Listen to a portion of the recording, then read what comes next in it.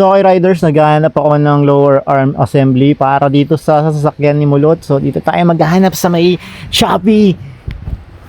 Yan. So alam ko may mga mura dito sa Shopee na na paninda.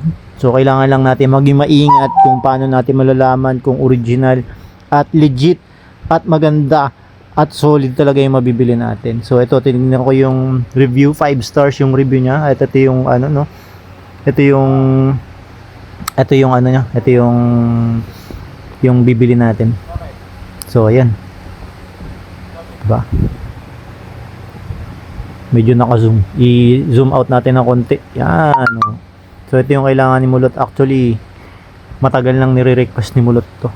Nabugbog na yung unit sa kanya. Hindi pa napapalitan to. So marami na rin pala tayong kailangan bilhin dito. May mga stub link pa. Stabilizer link yan. Tsaka yung mga pwede pa. Mga bushing. Dami natin isasabay. Sasabay natin lahat yan dito. So yun. Kung gusto nyo order na ito mga idol, orderin nyo na to dito. Ha? So that's it guys. And I'm bounce out. Hoy, ba tayo mag-end?